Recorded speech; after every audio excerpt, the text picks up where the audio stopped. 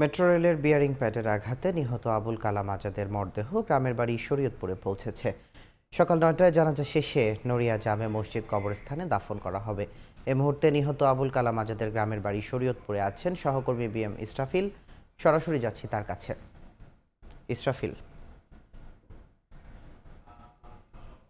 Metro রেলে যে দুর্ঘটনা ঘটে আবুল কালাম আজাদ যে নিহত হয়েছেন, সেই আবুল কালাম আজাদের গ্রামের বাড়ি শরীয়তপুরে কিন্তু গতকাল রাত ১২টা পরে অর্থাৎ ১২:৩০টার মধ্যে কিন্তু তার মরদেহ শরীয়তপুরে এসে পৌঁছেছে এবং এরপর থেকে কিন্তু শরীয়তপুরের তার যে আত্মীয় স্বজন বা গ্রামের বাড়িতে তার যে প্রতিবেশীরা রয়েছে, তার সহকর্মী রয়েছে, তারা অনেকেই কিন্তু শরীয়তপুরের এই গ্রামের বাড়িতে এসে তাদের এই যে একটি শোকের মাতম যে সেটি কিন্তু আমরা দেখতে পেয়েছি। এবং ইতিমধ্যেই এখানে যে একটি এখানকার সাধারণ মানুষের এবং তার পরিবারের লোকজনের ভিতরে যে একটি শোকের ছায়া, যে সাধারণ এই ধরনের ঘটনাকে আসলে কোনোভাবেই তারা মেনে নিতে পারছে না। এবং সবচেয়ে বড় বিষয়টি হচ্ছে তার দুটি ছোট সন্তান রয়েছে, একজনের বয়স রয়েছে শুধুমাত্র ৫ বছর এবং আরেকজনের বয়স, মেয়েটির বয়স রয়েছে ৩ বছর। এখনো তারা একেবারেই ছোট, বাবার জন্য যে তাদের যে অভাব বা কান্না করার যে বয়স, সেটি আসলে তারা এখনো বুঝতে পারে না যে তার বাবা আসলে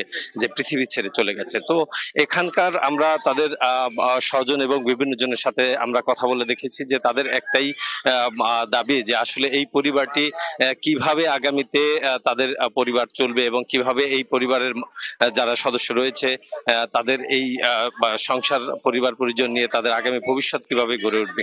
তো আমরা দেখেছি যে আসলে এই এলাকাটি অর্থাৎ তার গ্রামের বাড়ি নড়িয়ার এই এলাকায় ঈশ্বরকাঠিতে কিন্তু একেবারে যে পরিবেশ তৈরি হয়েছে সেটি কিন্তু একেবারে অন্যরকম একটি পরিবেশ, যে আসলে এই ধরনের মৃত্যুকে কোনোভাবেই তারা মেনে নিতে পারছে না।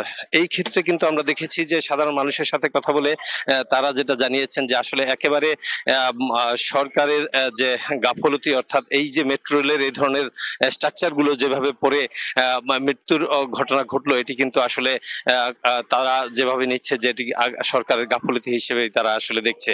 তো এই অবস্থার ভিতর থেকে এখানে যে আবুল কালাম আজাদ, ও কিন্তু একেবারেই মাত্র ৫ বছর আগে সে বিয়ে করেছিল এবং এই ৫ বছরের ঠিক এই সময় তার কিন্তু যে দুটি সন্তান এবং এই সেই সন্তান দুটোকে নিয়ে কিন্তু তারা এখন গ্রামের বাড়িতে এসেছে এবং আগামীতে তারা কিভাবে তাদের পরিবার পরিজন নিয়ে চলবে সেটা নিয়ে কিন্তু তারা এখন মহা চিন্তার মধ্যে রয়েছে। তবে কিছুক্ষণ পরেই অর্থাৎ সকাল ৯টার দিকে এই আবুল কালাম আজাদের বাড়ির ঠিক পাশে একটি প্রাইমারির স্কুল মাঠে তার